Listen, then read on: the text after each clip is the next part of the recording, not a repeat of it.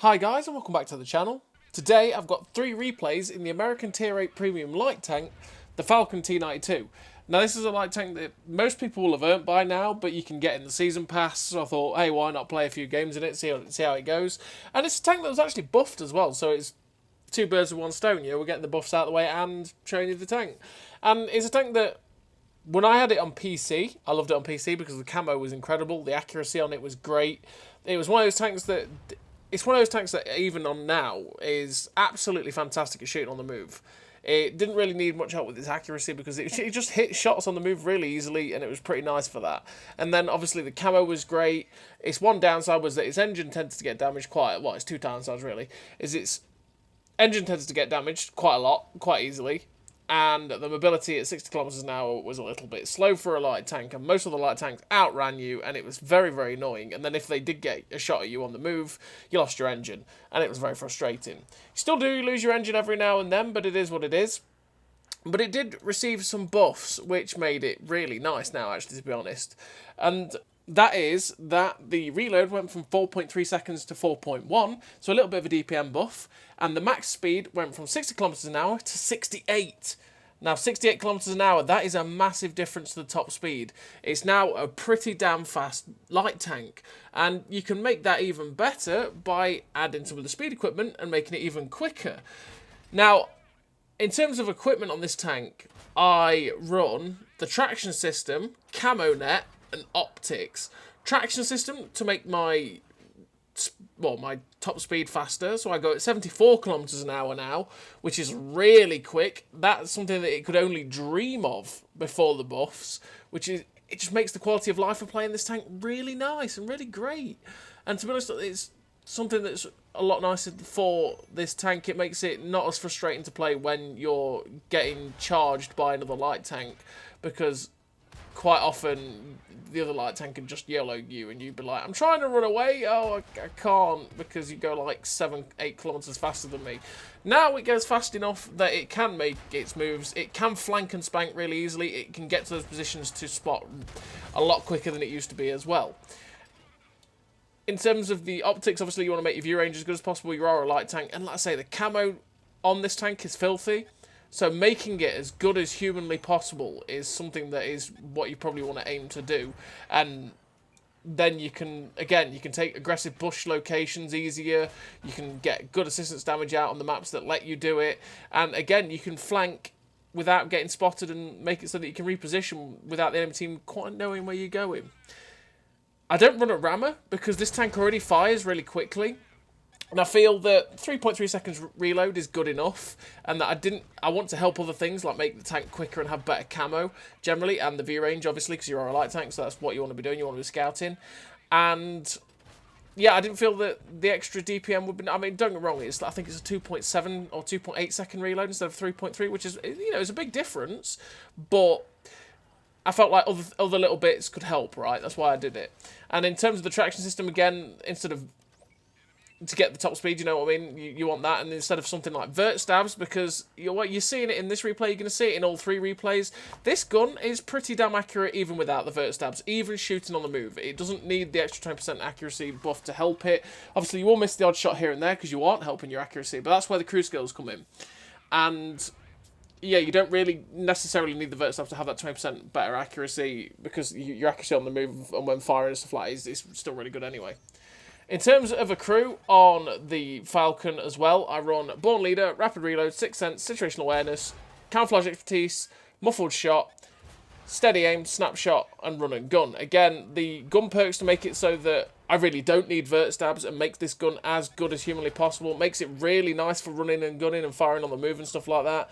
And then the camo perks like Camouflage Expertise and Muffled Shot to make it so that naturally I just have better camo and better camo after firing. So this first replay is on Nominee Nom, and as you can see, we're attacking some turretless tank destroyers, and we're going for that drive wheel, and we managed to finally track this Diamondback. And this is the turretless TD problem against fast light tanks who know what they're doing. That guy was screwed from the moment I went for his drive wheels, and yeah, I pinned him in place and said that it just meant that he couldn't turn around and face me anymore. So now we're going after the AT-15. We're making it look like we're going that way. We're going to try and use our speed to get around this way to try and avoid his gun, which we've managed to do. And again, we're going to go for the drive wheel of this guy. The AT-15 is a lot harder to track and pen than the Diamondback, but you can see we're trying. We want to immobilise this guy, and it's not quite happening. He's still trying to get his gun on target, but I want to drop his tracks off, which is what's happened. So we've taken the tracks off this guy, and now we're going for shots into his side. But then that should have penned, and it's like, oh, hang on a minute. I've only got heat left. Ah, that'll be why. Because I've got heat, I can't track and pen the AT-15 anymore. It just gets absorbed by spaced armour. So I have to pen this guy. I can't go for the tracks and try and track and pen and try and immobilise him anymore, because I've just run out of APCR. So the heat is not good enough for that tactic. So again, we're just going to have to go for the penetrations. If we can track him with a shot and get round to his side, that's what we're going to try and do. But we end up not doing that. But here we are, we've got to his flank, and it's like, well, I'm just going to stick to it like glue now, sir, and abuse your turretless state. And again, sad fact of turretless tank destroyers, if a light tank does this to you and you're in a big slow tank destroyer like the Tortoise AT-15, AT-7, or the whole AT series really, it's curtains for you, unfortunately. And we shut down the AT-15. We're up to 3.8k damage with 211 assistance, and the enemy team is just starting to cap our base. So it's like, right, it's time to go back. When I went up there on the ridge, I actually thought I was going to lose health, because the amount of times I've gone on a little ridge like that, oh god, yeah, it's something you've got to be careful of with the Falcon when you're doing the little divots and hills and ridges and mortar holes and all that sort of stuff. You've got to be careful that if you're going at speed, there's a high chance you can end up flipping yourself and doing all sorts. So when I went up against those bamboo, the amount of times I've done that and gone up in the air against the bamboo, landed against the bamboo, and it's gone and blown up. It's mental. It happens all the time. It's really frustrating. But it is what it is. So you just got to be careful with the speed in doing that. But you see, the mobility at 74 kilometers an hour is really nice. We're going nearly 80 there down the hill, which is great. And we're using that ability to flank us now. We don't quite know where the light tank is, and in fact, there he is. We just caught him at the wrong moment. Just looking for the shot, but unfortunately, we can't quite find it. But the TVP VTU does. We've got a shot at the back end of this Tiger 2, which hits his gun mantlet, unfortunately, instead of the side of his turret. That's the shell velocity, the heat over the APCR there, letting us down a little bit. And he's starting to turn his attention towards us a little bit, but he has got a tank destroyer looking at him. So we're just looking for the shot, but he's got a dead wreck in front of him as well, which makes it awkward for me trying to shoot. We're just going to go for the reset now on this M48 round Panzer. We get a shot into his tracks, which doesn't pen naturally because it's heat, but does reset the cap. Now we're aiming above his tracks into his engine deck to make sure that this heat doesn't get absorbed, and we're just going to start pummeling some shots in with the great reload. I know I can take a shot or two from this guy, so I'm just being a bit ballsy, and we managed to shut him down. And we finished the game with a really nice total for the Falcon T92. It's a tank that does 150 damage, and we managed to do 4.3k, so that's really nice. Finished with 3 kills, 4.3k damage, 417 assistance, ace tank of the high caliber, 2054 base XP. A really nice game for the tank in a completely tier 8 game, which is something that I've been experiencing the past week or two, is that I keep getting same tier matchmaking all over the place, which I'm not gonna lie, I don't mind, because I don't feel like I'm outgunned half the time, or I don't feel like I'm just beating up on lower tiers, like we're going to do in this game, because there's some tier 6s, yay! Not tier 10s, boo, as happens in tier 8 matchmaking every now and then. But yeah, so the matchmaking has been a bit weird in the fact that it has kept giving us full same tier games, and they're randomly putting bots in as well after like a 2-minute wait. I don't know what's going off there. It's almost like they've changed something, but I'm not sure, because there's nothing anywhere to suggest they have. It's what it is.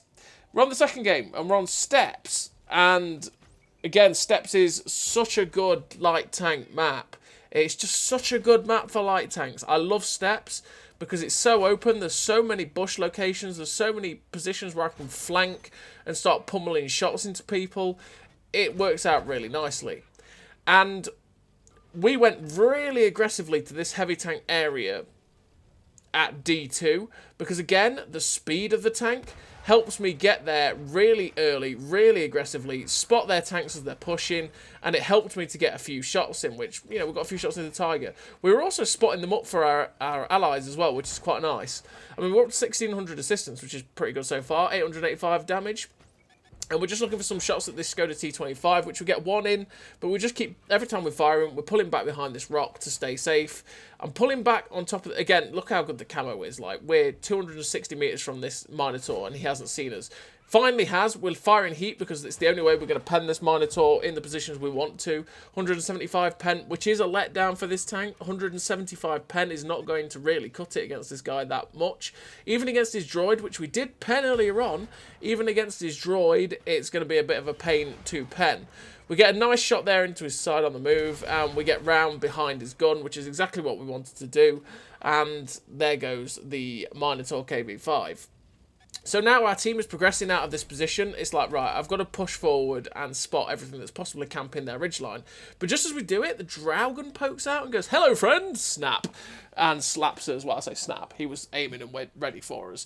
And we spot this Tiger 1. It's like, you know what, my camo is so good. Again, this guy's not going to spot me if I fire at him. We get one pen in. Unfortunately, the gun just derps the shell, and we miss. We're just trying to hit Scapola, which is an ask at this range. We actually hit it, but only do critical damage. But again, we're just keeping ourselves open with our options. Because we were spotting the Dragon, we spotted the Tiger 1, but our team's now in a position where they're moving up a little bit, and we've caught this T-34-85 out. We get a nice shot into the T-34-85.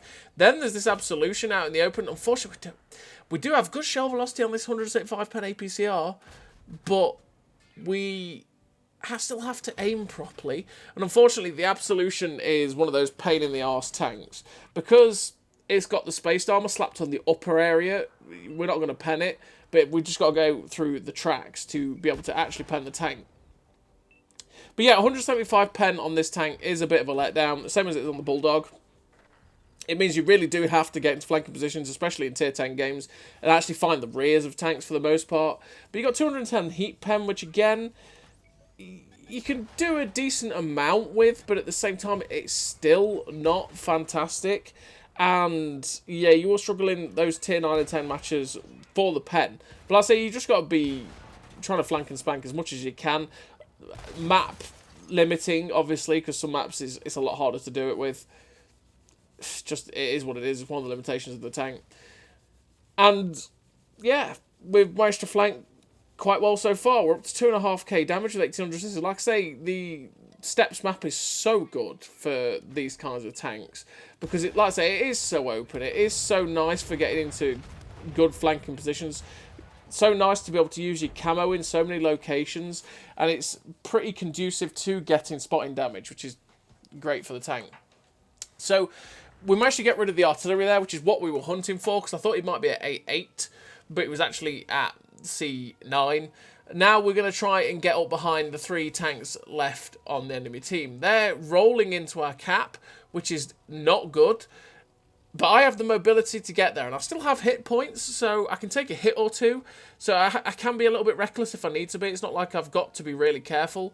But we've got 16 seconds left on, and I was trying to play at distance with my camo and try and spot these guys at a distance so I could try and snipe shots in, but it wasn't working. There's 6 seconds left. I've got to get in and reset. So as we get in, we end up spotting the T-34, well, all of them, Type 58 and the Nomad and the Indian Panzer. We shut down the Type 58, which resets the cap.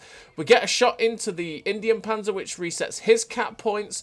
And then, well, we've got 20 seconds left. You know where my team is? I could get a shot into the Nomad to reset his cap points. But instead of that, you know what? I'm not going to focus it. He ends up taking a hit from someone else, which completely destroys his cap points. And that's the cap threat dealt with. He gets a shot into us, but we're going to use our mobility here to get round away from his gun. He's trying his best here to get a shot. He could shoot the Dragon in front of him, but he's so determined to get us that, fortunately enough, he gets destroyed and no one takes a hit from him. And we finish with the victory. 4 kills, 3.8k damage, 2.1k assistance, ace tanker, Confederate, high caliber, 2091 base XP. A really nice game for the Falcon T92 again. And yeah, that's where you can use the mobility of a light tank to distract as well at times, because he could have quite easily just turned and started shooting the Dragon, because the Dragon was immobile against him. and he would have got some pretty nice damage against him. And got, what, 2 shots into him? Maybe 3? But instead, he was so focused on shooting the light tank that, and so distracted with me that the dragon didn't take any damage. He managed to shoot him twice, and I managed to keep putting shots into him, and we got rid of that tier 8 heavy pretty easily. But people do that. They'll hard focus the tank and just aim at it, and if you've got good mobility, you can just keep them distracted and save your enemy, you save your allies some hurt at times. And also, that's where it's if you run out of ammo as well. Like, tanks like this can run out of ammo pretty easily, that you've got to be careful of. And if you run out of ammo, and say they're capping, and you can't do damage, naturally, because there might be heavy tanks, and even if you ram them, you're not going to do anything, you could just distract with your mobility. So we're on the third replay, the final replay. It's a tier 9 game, and we're on Arctic region. And we've pushed to a very aggressive bush. Because I've got the speed, and I've got such good camo on this tank, I was like, you know what? We're just going to push really aggressively to a position to try and spot the enemy team. And as you can see, we're spotting them all as they're crossing, before they've even quite got out of their base. And we're showing a bit of trigger discipline. Normally, I probably would have fired by now, but I'm thinking I will get spotted if I do fire. I do have people on the hill at FG4. I also have people in little positions where they can snipe and shoot, you know, like at F5. So I'm just thinking, you know what, I'm not going to fire, I'm not going to waste my camo, I'm just going to keep these guys as lit as possible to keep getting assistance. And it is starting to roll in. See, 1,400, 1,800, 2,000 in the first 1.5 minutes of the game so far. But we do get spotted there, and I think it's by one of these two guys, because I was probably sticking out the bush a little bit, and they were just far enough that they could devalue my camo and spot me. And you know what? I decide, right, I'm going to risk it for a biscuit and shut down the AMX, which we managed to do. Fortunately, get missed just by every tank. And that's where the accuracy of this tank is fantastic. You see, even without the vert stabs, we hobby RT onto the Conway, it flies straight in. And yeah, it is what it is. We get a nice shot at the MX-65T. Again, the camo showing up of this tank. We don't get spotted there by anything. And we're just in the middle of the field, or in the middle of the open, I should say, really, at the minute. We're not getting lit up. We're just trying our best to light up targets for our allies, seeing if there's anything else we can spot along the 8-9 line. If not, we're going to start moving up. Someone pings C6, C7, so it's like, okay, you know what, I'm going to push towards there and see if I can see what they're talking about. And we end up spotting the Tiger P and the Scorpion, which is nice. And it's like, please, people, start firing. We just tried to pull behind the bush there to fire at the Scorpion, but unfortunately we got spotted. And I think it was actually by the back end of the Yag Tiger that was sticking around the corner. He could see me, so that didn't matter about the bush in front of me, keeping the concealment from the Tiger P and the Scorpion. But now we've got unspotted, we're going to start trying to put some shots into the cupola of this Tiger P. If we hit it, we should pen it, but we're not quite hitting it. Is what it is. We're up to 800 damage still, 2.1k assistance, and it's like, right, okay, we're going to go again, try and spot some people. This Scorpion gets spotted, though, and he's in a really bad, well, he's in a position where it's bad for him, good for me, because it's not the worst position in the universe, but these are positions where they have to try and attack the guys on the B1, B2 area, in that area we're shooting them at, but they're just exposing themselves to me, which is naturally not somewhere you'd naturally find a tank just to be sitting in the open in the middle of anywhere.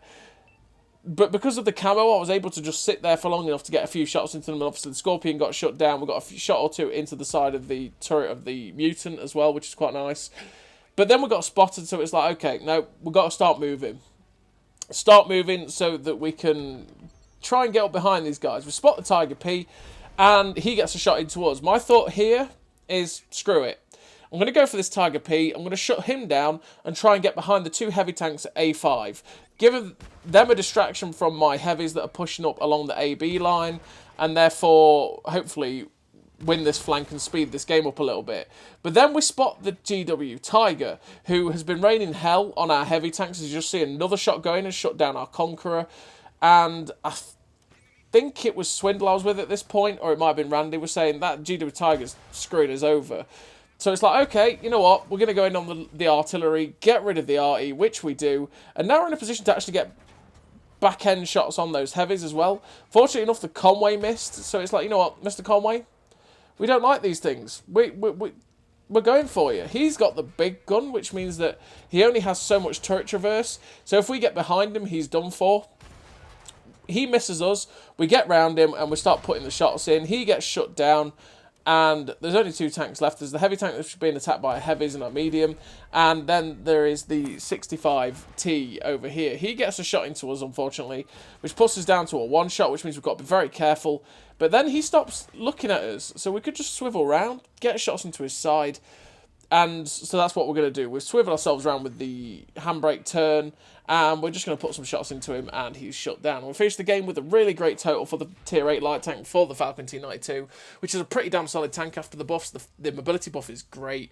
Finished with 2 kills, 3k damage, 4k assistance. That's 7k combined for a light Tier 8 light. The Ace Tanker, the Scout Medal, the Confederate, 2068 base XP. A really nice game for the Falcon T92. It's a really damn nice light tank. The mobility buffs are great. Still struggles a little bit in Tier 10 games, but you can have a lot of fun with this tank. Just don't YOLO around too much in front of people because you will get shut down, like so many of them have been doing recently. So as always, everybody, thank you very much for watching. I'll see you next time.